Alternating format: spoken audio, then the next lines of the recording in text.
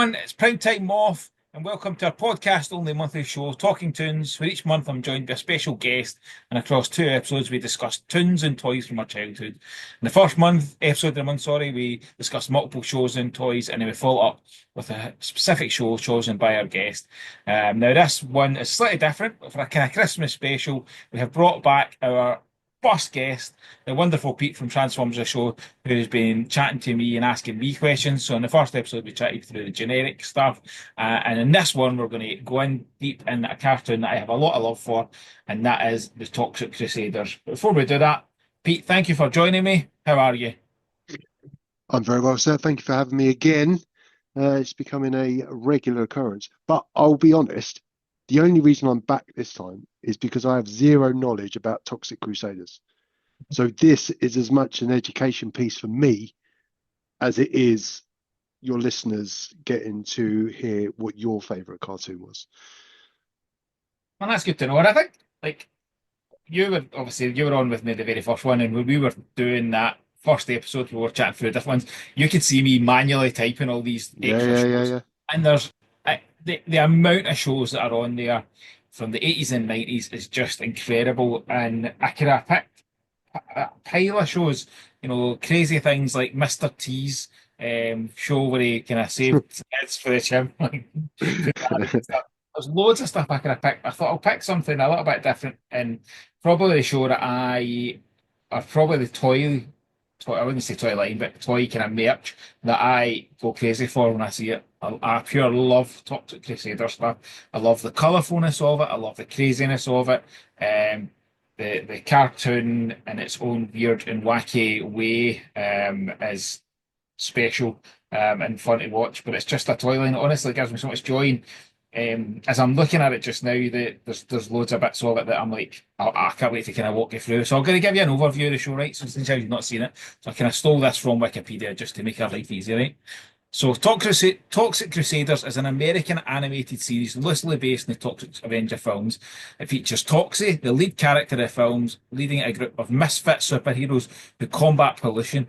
That's a great 90s theme right there, isn't it? Yeah. Combat.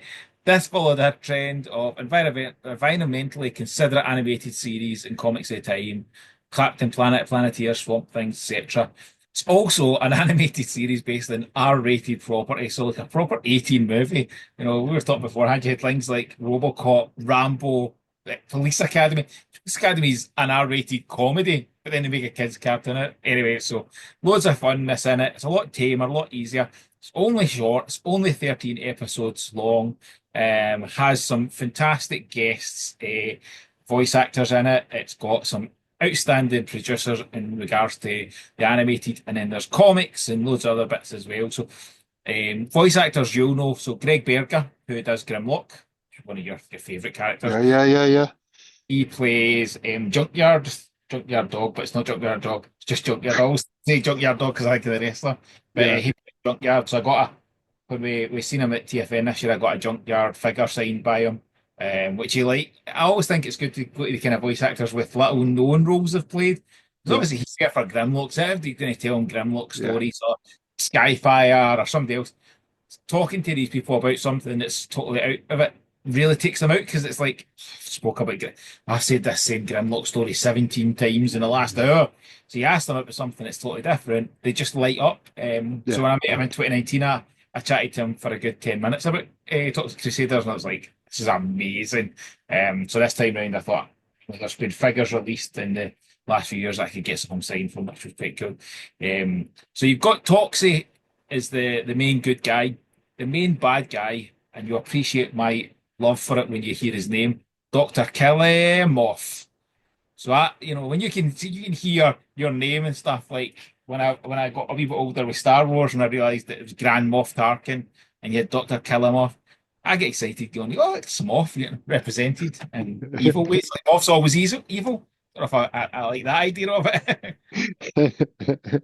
So Dr. Moff, they have their own kind of, each of them have got their own wee band of goodies and bad guys who are being converted from toxic slime. A wee bit like the Turtles, a wee bit like the Mutants and the Turtles are converted from the slime.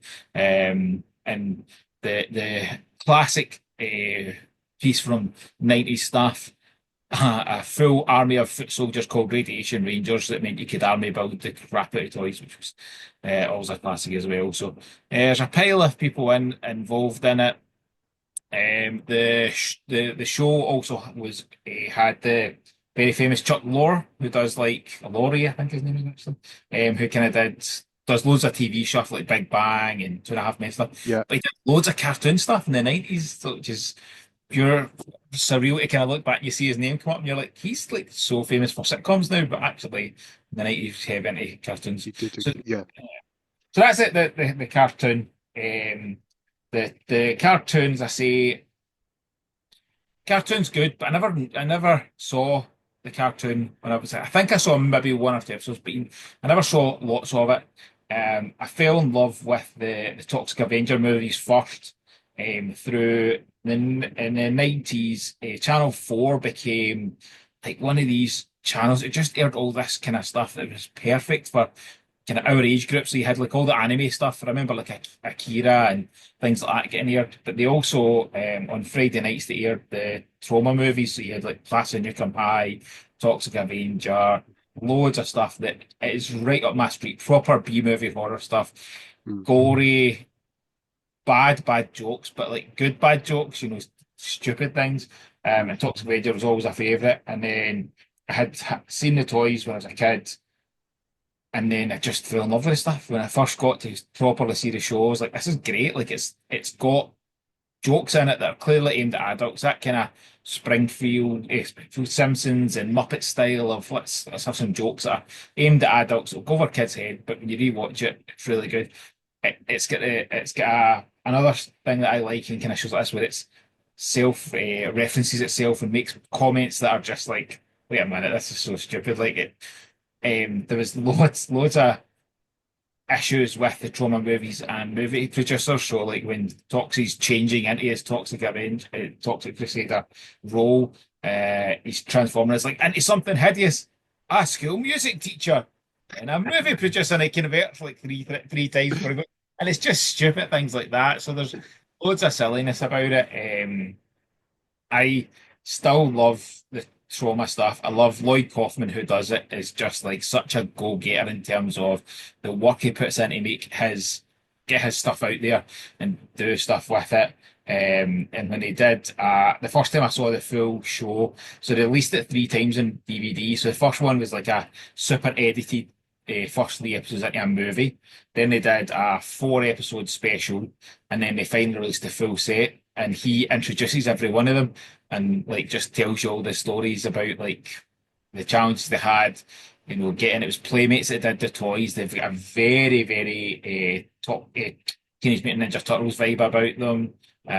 New Line Cinema wanted to produce a movie. I'm saying in inverted commas because actually the belief is that they bought the rights to the Toxic Crusaders movie so they could muscle the Teenage Mutant Ninja Turtle sequels rights so that they could make them for cheaper. So I said it's always interesting, but he now owns all the rights to his stuff, and it's great because now it means that there's loads of new material getting released on them in the kind of modern era. So that's loads of information about it. What questions you have? Talk to me about anything that pique your interest there. Well, let's start from the beginning. For, What's it about? So it is literally about a wee nerd, like he's an actual proper wee nerd that, and it's really funny. So Dr. Killamoff is an alien, and he needs like toxic waste to survive, and he wants to dump the kind of remnants of it to someone. They're like, let's dump it in the only place in America that's not full of toxic waste. This place called Tromaville. Uh, and as he's dumping it, there's an incident happens with Melvin is is Toxic Crusader before he gets turned into Toxic Crusader and he's just a super geek. And as he's about to get tipped into it, it kind of flashes back to Dr. Kilmoff and he's like, I feel I've made a mistake. And it's just like stupid things like that. It references itself like so much and it's like it's a far better watch as an adult when you get all the jokes in it than I think I ever would have been as a kid. Although both my kids really enjoy it because it's kind of that silly it's a proper, what I would say, a kind of boy humour, where it's the kind of stupid, gross out bit of it. And it is like it's the mutants way. One of the characters is a super intelligent character, and he gets attached to the body of a surfer delivery guy, and it's just the juxtaposition of super intelligent and absolute airhead. Um, but it is just silly. They're trying to stop Dr. Killimov ruining the planet and get rid of all the toxic waste, and there's a veritable cast of mutant rejects because they've all been turned into stuff. And it's just silly. Like he meets a girl in the first episode. He meets a girl he meets a girl called Yvonne who has just lost her contact lenses, and he picks her up and she's like, "Oh, you're so handsome," and he's like, "Oh, it's my lucky day." And then she finds her contact lenses and screams, and he's like, "Oh no!" She's like, "No, you're still handsome." And she's screaming at some totally irrelevant. It's just that kind of bit that the humor in it's silly, fun. Like it just there's just something about it like that really piques my interest, like for the silliness of it. And it's again, I think we talked about it last week. It's 13 episodes. It's a great like Yeah. we just rattle. You can put it out there. It's on YouTube now. Like I remember trying to get when it was the ultimate DVD set, the full series came with it's called the Tox box, and it was the all the Toxic Avengers movies at that point with the DVD. It was the only way to get it first, so I'm having to buy this, import it from America, try to get it because back then it was so hard to get. I think we'd managed to track like 7 or 8 of the episodes down, not on YouTube, it'd be like Daily Motion or something like that. Terrible Yeah. quality, like a nightmare to watch. So me and my pal were like, let's get this, let's import this over, let's have it get with it,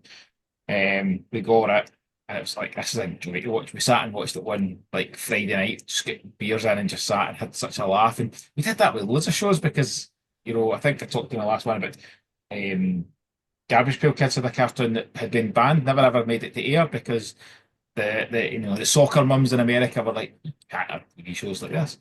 And when that came out, we did a kind of similar bit like let's sit and have a beer and watch these and have a laugh. And there is a joy to watching kind of stuff like that you never had a chance to see all the episodes. There's no way there's any show when we were growing up that you got to see all the episodes of because it just airing of the shows was so bad, especially in the UK. Like you got maybe a couple of episodes, and sometimes you put it back, you put it on the next week, and it changed to something else, and it just was like so much content that they had the plethora of choices, so they didn't really last on TV that long. Was it? I seem to remember. Was it aired on Channel 4? Was it a Channel Yeah. 4 one? Yeah.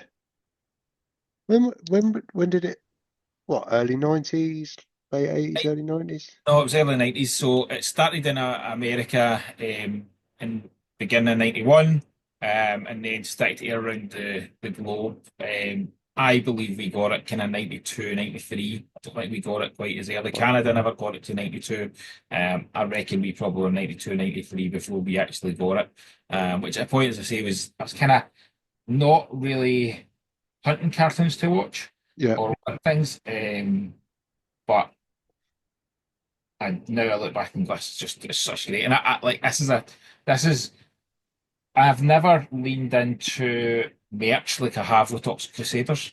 Like so I talked about Bionic 6, I've got a complete toy line. Never bought anything else other than an annual. I love an annual. I love buying any annuals, like Mm. just takes me back so much. Turtles, I generally just buy the turtle figures. He-Man the same. Even Transformers, I don't really buy merch. Toxic Crusaders, I buy like I've got drink cups. I've got a silly watch. I've got masks. I've got so much. Like there was just like a Game Boy game. I don't know why. I think it's because as much as there was loads, there's not really that much, and Yeah. it's not as if I'm going hunting it. Like April Toy Fair with Jamie, our Jamie, not my Jamie. It's going to be confusing because but this will be my Jamie and our Jamie. And they had to talk to say their watch, and I was just like, I need to buy that. It's like a fiver. Like the stuff's fairly cheap. The toys are fairly cheap. They're not really it's not the most expensive collection to get. Not like a Dino Riders, which is a fortune to pick things up. Yeah. This is fairly cheap. There's bits that are expensive, but most is fairly cheap. The best haul I ever got, me and my pal. and I let him pick most of it. I think I told you this story with Simon. There was a cash and carry in Glasgow, a big one shut down, and all their old stock chucked into one of the ones we used to go to all the time, and they had like big crates of early 90s toys in it. And it was like this was been about 98, 99.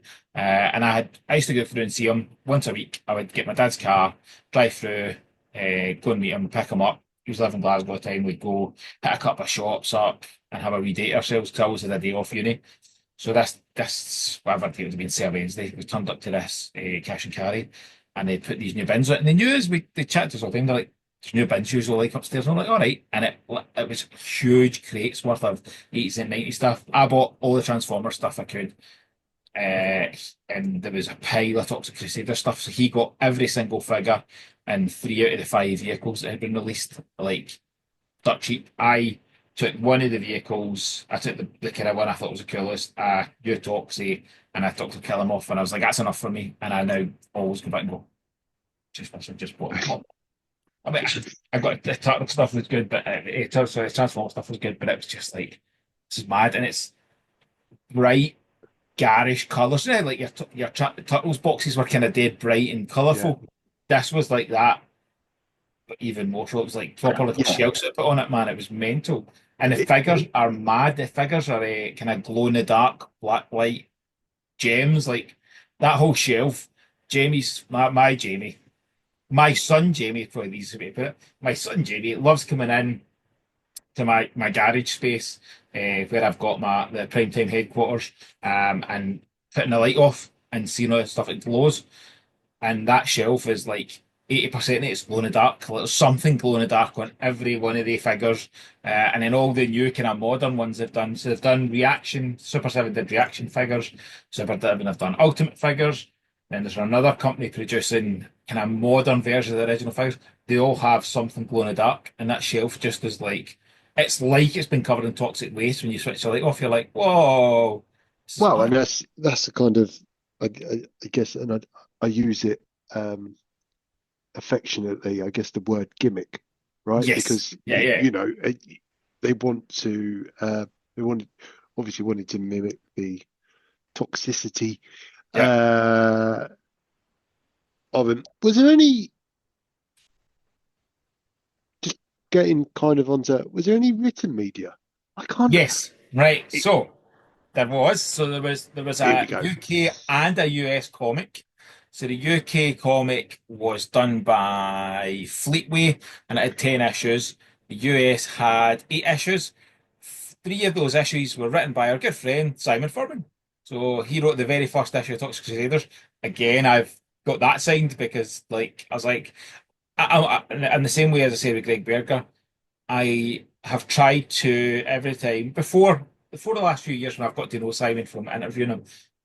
I always wanted to chat to Simon, but I didn't want to just always ask him the same things everybody else asked. Yeah. So I always hunted to try and bring something new to Simon Furman's table to go, right, okay, I've looked for something, I've got this thing that I want you to sign, and I've read it and read all your bits to kind of understand. And he always appreciated that. And we were chatting whenever this year's TFUK chatting last year's TFUK con, and I said that the only thing I had at that point signed and framed was my Toxic Crusaders by him. He says, and that is one of my pride possessions because actually I absolutely love that show. I love all bits about it. I've managed to pick up all the both sets of comics. And I says it makes it even nicer when I know people that I really like and spend time with were involved with it and hearing stuff. So he'll chat to me about all the kind of how do they come about. I always find it interesting when comic book writers are brought in. Like, and it was never going to be a big series. That it's in for 3 issues. It's like, and it's not even a three in a row. It's like 1, 4, and 6. Like, that just seems mad. How do you keep a story going? And he didn't. It was very much like cartoons where it's like one episode and then one episode and Yeah. then one episode. So it's not. But I do think that's a challenge. I think is it when you look at like Transformers, for example, you could get away with different artists doing three, especially in the original run, you could get away with different artists doing 3 issues of a 6 issue story, three different issues in a 6 issue story. You can really get away with a writer. A writer needed to know where it started, where it's Mm. going, all that kind of aspect. and I think that's where kind of some of the modern stuff is falling down. But I just love that fact that I've got, a connection with that with somebody like a Simon Furman, and he's got loads of stuff. Like, see the amount of stuff, because it was produced by Marvel Comics in the US, so that's how Simon Furman got on board. Look, I mean, Marvel Comics produced. Just 'cause it's a Marvel comic doesn't mean it's a big thing. Now I wonder if I can call him my favourite Marvel superhero. Yes. No, no, it's Deadpool. Still Deadpool in my mind. But there's so much. There's things like, is it colour forums? See, I think it was colour forums. It's like we felt stickery type things that you could move on and create your own scenes. Do you remember Yeah. them? I'm sure it was colour forums in America. I think we called it Fuzzy Felts maybe in the UK. Fuzzy Felts. Okay. Yeah. Yeah. No, I can So see. kind of silly things like that. So I had them. So there's just loads. But there's loads of new stuff coming out. As I say, there's this company, Trick or Treat Studios, have got the license and are doing, and Primetime Toys will stock them, which is that a pure joy. Like, there's a real joy of stocking these kind of things that are like, I don't care if this how quickly they sell or if they sell. I like the fact that I can sell stuff that I have a real love for. Yeah. So they're doing figures, and they're doing the first two figures they've done is Toxie and then Dr. Killimov. So they're doing the kind of main protagonist of the show. But then they're going to do unreleased figures. And they're a wee bit bigger than the original toys. But the fact they're going back and they're going and doing the unreleased characters and figures that were meant to be, because there's a series two of figures due to be released. So there's the Maya, the girlfriend, there's this big mad toxic monster that another company produced years later. But it's kind of cool that they're going, well, actually, you can go back and do these in a kind of funky way. Their cards are really cool. They come in a big stand-up card. I'll send you a picture later. And it's got like a kind of toxic barrel as the shell for it, so it's really cool. That's very Um, cool. and then there's a company doing a new video game that's coming in Xbox and all that kind of stuff next year. That company, as part of it, offered to upscale the cartoon to 4K. So there's a new 4K version of the cartoon coming, which I'm very excited for. Because the DVD is good, but it's still a DVD, and even Yeah. a Blu-ray would be nice. But and there is a Blu-ray I just haven't picked up. But a 4K copy would be proper decent 90s cartoons look great in 4K because they're so bright and colourful. I think they look better than kind of even the 80s stuff. So yeah, no, it's a show that is stupid, silly, just really fits my personality. It, it's quite interesting, really, isn't it? Because when you compare, I don't know, Toxic Crusaders against, some other cartoons of the time, this obviously had a lot of, can you call it marketing backing, I guess, in terms of, the diversification of the license and, the kind of tie-ins, but you've got other cartoons around the time that perhaps were maybe a little bit more popular or around for a little bit longer that, didn't Oh yeah, have yeah. didn't have it. Um, and I think we touched on it, the last time we were talking about the fact that, these modern companies getting hold of those old licenses. Yeah, And are they people like you that fell in love with the show early on and they've had the yeah. opportunity to have, work with a toy company and the license is available. So they go, do you know what? I really love Toxic Crusaders. We're going to do the toy line. Yeah, yeah, and I think that there's a big part of that for Toxic Crusaders. So it's really funny. So I said that on the DVD, Lloyd Kaufman, the owner and producer of the kind of trauma movies, who gave, for example, the two guys that did South Park, is it Matt Stone and Trey Parker? I think that might be their names. Yeah, It's close enough. He gave them their first big break in a film called they got to do it called Cannibal Holocaust. So he would not only produce his own stuff, but if he saw the opportunity to give others a chance to do stuff, he yeah, would kind of help them do it through his studio. So like they did a pile of kind of proper B movie stuff, but it was very much if somebody is the right mentality, I'll try and work with them. And he calls himself Uncle Lloydie and the kind of stuff, and he's got this kind of proper character about him. He's old school, like old school. The guys who are doing the new video game, they reached out and originally first thing was that they were chatting about like could we do an upscaled version of your cartoon? We offer to do it, blah blah blah. Started to chat and then it came about they doing this video game. So it's like a proper he liked connecting with people who get it and want to do the right thing by it. Mm. I think Playmates at the time when Transform Turtles came out, they were looking for their next big hit because, like anything, you can't just go right. This is going to be a big hit for 40 years. Nobody thought that of any of the shows back then, Yeah. so they needed to think what's their next big one. So that's why you got quite a lot of shows with 13 episodes, and it was if you look at the uh, Toys That Made Us talks about He-Man, where it was like, let's do a comic, let's do a movie, let's get comic, cartoon, toy line, the three kind of bits to try and get interest. There's quite a lot of cartoons and comics, like there's comics or cartoons, sorry, like comics that we don't even know about because they only got a Marvel US run and never got a UK release because back then they were two separate companies, so they Yeah. would just do these small runs to try and see is there enough interest. So there's quite a few shows that would surprise you that they actually got the the push that they did, and but they were quick to put it out and then quick to go, no, let's pull it, let's go for the next one. And that this is one of those. I think there was it was just a bit too much. Like it did get a bit of backlash from parents. It didn't have the same appeal as the Turtles. Why one has more appeal than the other? I, I look at it and go, I get why parents wouldn't want this because it looks kind of gruesome and it looks a bit horrific. But I think in the opposite, end, I think kids would have kind of really lapped up the silliness of it. Some of the jokes in it are really like they're they're boy jokes, like they're the kind of jokes my two kids just love because they just go, I shouldn't Yeah. laugh at this, but I'm going to laugh at it now and again get away with it. But it had for something that had such a short run, it had so much licenses, and the when they've done the stuff with Trick or Treat Studios, similar to kind of Super Seven, it was like let's do a tester first, and let's see how you connect with us first before we give you a license. Super Seven I think they did. So there's 13, sorry, 8 figures in the first original toy line.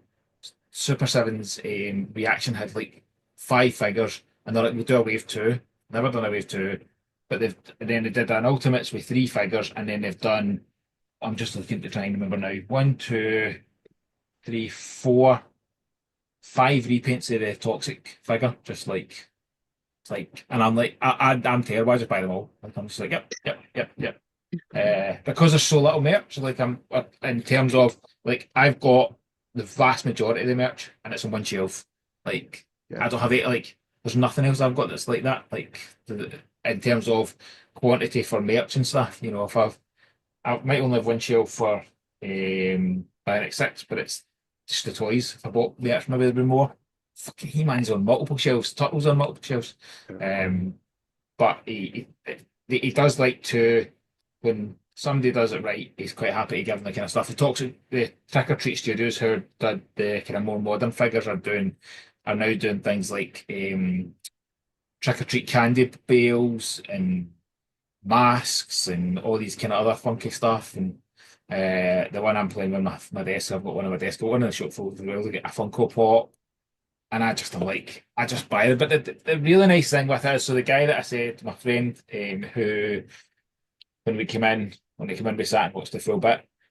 We, I don't see all my school friends a lot anymore. Like I used to see them quite often. Pre-pandemic, I used to be really good, and then since pandemic, since prime time, I've kind of really not been great at making the time. But we text each other all the time when there's new things comes out with Toxic Traders, and then we end up sitting and play them for a night. We always like jump on a phone call, let's go on a phone call.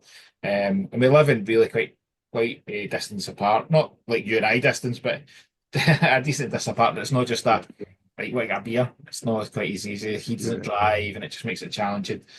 But it's nice to still have that connection with stuff like that, and I think that's Yeah. kind of also makes me smile. So whenever I get a chance to buy stuff, so everything that comes up on our distributor for Toxic Crusaders, I'm buying them. I'll just buy them. I don't need to make a lot of money. I'm just, I'm happy just to have them and stock them and support the brand. But I always make sure I get, even if I'm only getting, like if the pop I only got enough for me and one for him. And I'm like, I don't, Funko Pops are a nightmare to sell. I don't want to be stuck with them. So, Yeah. but I knew he would appreciate it. So I was like, don't worry, I've got you covered for this. Don't worry, I've got you covered for this. He doesn't go on all the multiple versions of the Super 7, which I don't blame him because it's just ridiculous. But do enjoy it. Enjoy it. How many versions of a character do you need? The answer Eight. is usually all of them. Well, you do the same as I do when the wife asks how many Transformers do I need. I say it's X plus one. X being how many I've got right now. I always need another one because that X always changes. Like her mother, my mother-in-law's here, and she's asked me, "You not get enough?" It's like, Gillian, there'll never be enough. I says because there's No. always something new, and it's like it's a life of a collector. Like it is like even if you think you've completed some a collection, or you completed the Dinobots, then they do a new version, and you're like it doesn't actually Here matter. we There's go just again. stuff. I know, Yeah, yeah, yeah, yeah, and it is. But as long as it's always better and it's fun, yeah, it's that like it is genuinely harmless fun, and it is. We talked about this last time. We're in an era where the collectible market has never been better. It's terrible in terms of your wallet. Some of the stuff we're getting out, like yeah, there's stuff coming out next year that I never thought we'd see toys of, or there's better versions of stuff that I thought the only we were getting it was old crappy stuff. Just some of the stuff that's available is frighteningly good. yeah. And and you're right. We did touch on it before, and I think when you have the the foundation of these series is there with modern day manufacturing and engineering and stuff like that. And we probably don't want to go, too far off in other directions, but you and I are aware of some brands at the minute that are bringing back old license. I'll rephrase it, bringing back, some, you know, new versions of existing toys, kind of thing, and it's crazy. And I think like Toxic Crusaders is an interesting one because it's got a real cult following. The Trauma movie studios has a real cult following studio. Like it really has that feel to it. It's got a proper old school marketing bit to it. There's just something guerrilla about it. Yeah. Toxic Crusaders benefits from that. So there's always, as much as it doesn't, the line's never do incredibly well. People who buy it are really passionate about it. Mm. And I think that's where it helps. It fits in a Super 7 kind of model who do lower ones, they're not going to produce in high quality, high run figures that are going to be mass marketed in every single Toys R Us, Walmart, Smiths. They're never going to be that. They produce stuff for the kind of proper collector Mm. market. And yeah, okay, they've done numerous versions. They've done like proper radiation color. They've done toxic green, and they've done crazy. They've done one based on an unreleased figure. They're milking the mold a little bit, but there's always a desire for new stuff, and they can talk about it. It's actually one of their consistent ones that they can put out, no, not worry about it. Mm. Whereas I think they've had troubles with things like the Simpsons and stuff, and there's been challenges with the way that Super 7 have handled stuff. But it's got that kind of vibe that it has enough of a cult following that it'll never be a mass market thing, but there's enough of a fan base and new people kind of find it. I think there's licenses out there that have got a far bigger following, a far bigger fan base that don't get the love. So as much as there's bits of me goes, I wish they could complete the reaction figures. I wish they could complete the ultimates. It's more than some other lines I've got, and Mm. bigger named lines I've got. So, there's always a bit of me just I'm grateful that I have what I've got, and that there's always new stuff coming for it. There's a handful of things I check consistently for new items coming from, and this is one of them. And the good thing is, I've on my distributor, I've got like 6 different products pre-ordered, and I'm just like, this is awesome. Like, there's new Mm. stuff coming from it, and that it's not that should be taken for granted. Like we are huge Transformers collectors. There's never not been Transformers. So if that's all you collect, you might think this is the way the market is for everything. It's not. Really, there's absolutely licenses and toy lines out there that just get love like nothing. And you're like, why? Some of them you understand, some of them there's license issues and it's confusing and it's difficult. Some of the stuff that's out there, you're like, why has there not been any love for that? So there is a bit of me is always just grateful that we have that a toy line that I love has the kind of has had modern versions and modern bits of media and toy lines and stuff. And actually, I'm really glad it's not hundreds of stuff because I can't afford another line. I couldn't afford another Transformers. Like Masters Universe kind of killed me a wee bit with the Yeah. Revelation stuff. I went probably too heavy in that after having been like, I'm not buying this. And then it all went cheap. And I went, oh, that's a great line to pick up cheap. But then it stopped being cheap and it just was like, that's just another line I'm collecting now. Yeah. And I think, and I was just thinking then when you were talking that it, I think when you take the big hitters out of the equation in terms of, those brands, those toy lines, those um, series back from the 80s and 90s, and you get more into the niche ones that we were talking about in the first episode, and I think it, without being disrespectful to it, Toxic Crusaders Oh, it fits does. in that Yeah. category. 13. You really are. You're hoping that someone has got a personal vested interest or is able to get the license to do something Yeah. with it, aren't you? Yeah. Yeah. And Because it it's is not going easy. to be a money spinner. No. It's not. It's not. And the good thing, as I say, like because Lloyd Kaufman has the license himself now, and he got the license back, and got he got the movie rights back, he got the TV show rights back, he got the rights to the toys back eventually. Because he now owns it all, he wants there to be stuff out there. So, the person who owns it has a vested interest in doing it.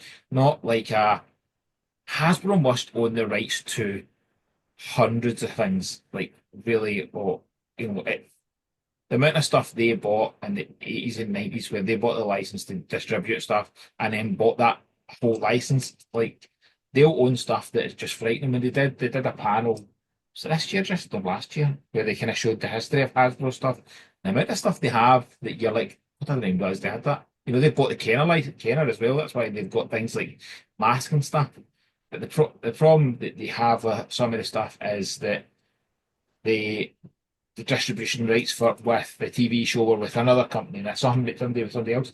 They've never had see because they've got so much, they're so diversified. They've never went to try and get all the rights back, and then it becomes like who's actually got that because that company's went bust and it's this and it's so it just there's multiple licenses out there and it's like there's desire from inwards for these companies to produce them, but it's just a mess because nobody's looked at it in 30 years. So actually, how do you unravel 30 years to try and look at who has it? It's Brave Star was one that I read about recently. There was desire for Brave Star license, and it's like nobody actually knows who got it. It was the last one by Filmation. The Mattel have the rights to it now, or did they just have the rights to produce the toys based on that because it was Filmation's product? It's because like Filmation produced He-Man for Mattel, but my understanding is Filmation produced Brave Star and then put the toy line out for somebody to create, and it's just like there's must be dozens of shows like that, hundreds potentially. So Yeah. it's just like who knows where it's at because nobody back then was thinking, go and see in 30 years' time, so people will want this. They were just like, that's fine, just let it go. And we talked about that, like how many cartoons and stuff from the 60s and 70s just don't get aired anymore. And probably because there's like nobody really wants to go and hunt for them and get a license and stuff. There'll be shows that we all think, why is there something not on the shelf for that? Up until recently, as I said, Mask was in that boat of why did this not have Mask had like 4 solid years on the shelves. Wasn't a small hitter, and yet there's just nothing. Just been wee small snippets of teases or something, and then nothing. And you're like, Mm. why not? And there must have been something that's an issue. We know that there's new toys coming, but it is one of those things that makes me grateful. Like I have got other toy lines I absolutely love, like Mad Balls. You remember Mad Balls? I Mm. absolutely love the original Mad Balls toys. I've pretty much got a complete set. I'm missing one thing, and I had it, and I gave it away to one of my best friends for his wedding present because he was more of a Mad Balls fan than me, and it was the only thing he was missing. Just one vehicle. That's it. That's all. It was just one vehicle, and I had it, and I gave him it for his wedding present because I thought he existing as like more than I do. And I've always been like, I'll try and pick one up again. I've never really hunted for it. So, but it's Yeah. such a small line, very small toy line, like in terms of the head poppers. But it's a toy line. It's always had a wee something. There's always been wee Mad Balls out for years. There's always been something Mad Balls, and it's just some of these bizarre ones that get loads of stuff, and then you've got big hitters and nothing. So I think for Toxic Crusaders, I feel has enough that it gets the love from for fans and isn't overwhelmed because there isn't a mass amount of stuff. There was only 13 episodes of cartoon. There was there was only a handful of unreleased figures. There's not actually a lot. If this Trick or Treat Studios does it right, they could easily knock this out in 2 years and it's done. So it's not as if there's loads of material to go from.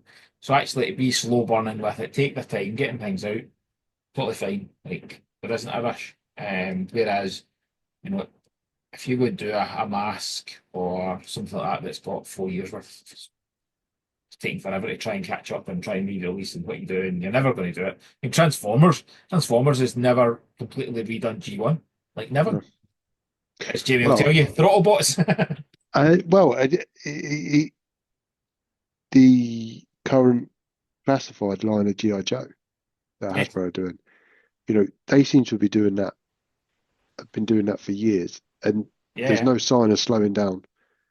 And they're yeah, churning the figures out. So it yeah. masks probably, you're then moving from, the classified stuff is figure, whereas mask was Oh, figure and figure vehicle. and transforming vehicle. Yeah, so you're moving on. That doesn't But work at what? any other scale because the cost of that would be astronomical. You put that to a 6 inch scale, that's crazy money. Like Mm, that's the good thing with all your other things like your Thundercats, your He-Man. The vehicles are there, but they were never the most important bit. Like you don't need. It's me to tell myself I don't need a Thunder tank to feel I've got happy with my Thundercats collection. Mass does. Like how do you not? You could yeah, do that, and that's challenging. You know, Toxic Crusaders is one where the figures are all in the cartoon, the vehicles aren't. The vehicles are because they're playmates. Some of them are repainted of turtle stuff, and then some of the Toxic Crusader stuff gets repainted into turtle stuff. Just a case of they went, let's get them old, let's chuck these out. You know, yeah, there's a motorbike in the first episode, so let's what motorbikes have we got that we can make something out of? Just, it's never an issue. Like they toxify them if you like, but adding bits on. It's not just a perfect repaint. They do add extra bits to them. But they are, you could almost do without them. If you just did the figures, you'd be like, oh, fine. But like the reputation of the cartoon. So that's where it is a good toy line in terms of it is feasible for a company to actually like reaction, as I say, were three figures off doing a complete set, which is just three figures, and it'd have been just so much easier. Like it's just so annoying. Um, but again, and there's other lines I've never had anything. So there's always going to be the complete sin is always goes. I'd love to get a complete set of something, especially when you're like it's only eight figures, like it's not hard, surely. mm, But on the opposite end, there's toy lines that have had nothing, absolutely no love, and it's that balance. The toys also had a classic gimmick for the 80s, which was or the kind of 80s, 90s was the slime. Remember, like the turtles had their slime pots and stuff. So Toxic yeah. Crusaders had their slime pots, and then each figure came with a weapon in the slime pot. And the new figures did the same. They have a wee slime pot that has stuff in it. And the slime pot's glow in the dark, which is again just perfectly good. It sounds like it's just such a fun. I think that's probably the way I describe it for what you said. It's just fun. Yeah, It's complete madness. Um, very individualized. Um, series creation. In terms of the standalone episodes. Um, they fired the license out of a cannon, and anybody that caught it could make something with it. It, but it was enjoyable. It just baffles me that something that had to run that size put so much behind all the other merchandise. You just wouldn't find it now, would you? no, no, and it was from what I believe, it was Playmates that pushed for it to have all the extra bits because if it has everything else and grabs a kid's attention, the kids will want the toys for it. So it's like Yeah. that bit of so Playmates or Mattel or Hasbro or Kenner back in the day were like it's not just you can't just put a toy line on the shelf. You need to have a cartoon to back up. You need to have a comic to back up. That was a big thing in the 80s, not so much now. But all that other stuff of like birthday bags and all these kind of stupid, colourful Mm. bits, it works in terms of get your brand out there, get people wanting it, get it on the shelf. So it didn't really work in terms of Toxic Crusaders. It didn't have that survival bit. And as I say, the licensing became an issue. But now it's got that kind of cult following that there's enough people who Mm. want it that whenever something comes out, it's fairly popular. Mm. Well, and I think the common theme with all of this stuff is why why if it has such a following now, and it didn't at the time, right? Because we're adults Yeah, now, and we look back fondly, and we want to, again, like we've said in the previous episodes, is recreate that feeling we had as a kid. When you're a kid, you'll watch what's on, right? yes, yeah, yeah, You you might have got some people, crying and a bit gutted that the series finished after 13 episodes, but the following week something new's on, and that's good. 100%, So you move on. 100%, yeah, yeah, 100%, I 100%. think it's only now, like we've touched on, where you know we're bringing back these hit, in inverted commas, series and stuff. And again, but it's just poking the nostalgia in your heart kind of thing. Um, let's hope they do some more. Let's hope they do some more.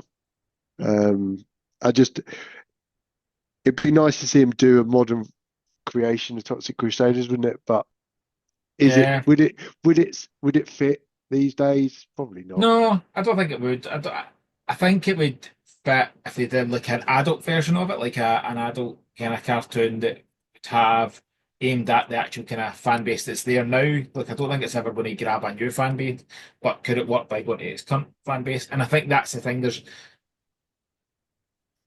doing a modern kind of telling of many of the shows that we've watched. X-Men did a Bad great job example. of. Yeah. That's not a show that in the nicest way my kids were going to sit and watch because it really felt like you needed to have watched the originals to appreciate it. Yeah. But it was every day I know from my group of friends, we were all chatting every week that was dropping, going like for my school friends, we were all buzzing, like cannot wait for this, cannot wait for this. And then we're texting going, right, who's watched it? Who's watched it? Like no spoilers. That's not that's not uncommon. I think there's many groups that are like that for the X-Men. That kind of showed you that bring back 80s, 90s stuff in a way that is aimed at adults because it was the cartoon might have looked like the original stuff, but it's far more adult. It Mm. felt far more adult and far more gravitas to the episodes than the originals did. The originals were that they were aimed more at a kind of it felt like they were aimed more at a later teen than being aimed at a 7 or 8 year old, like the original Mm. X-Men and Spider-Man cartoons in the 90s.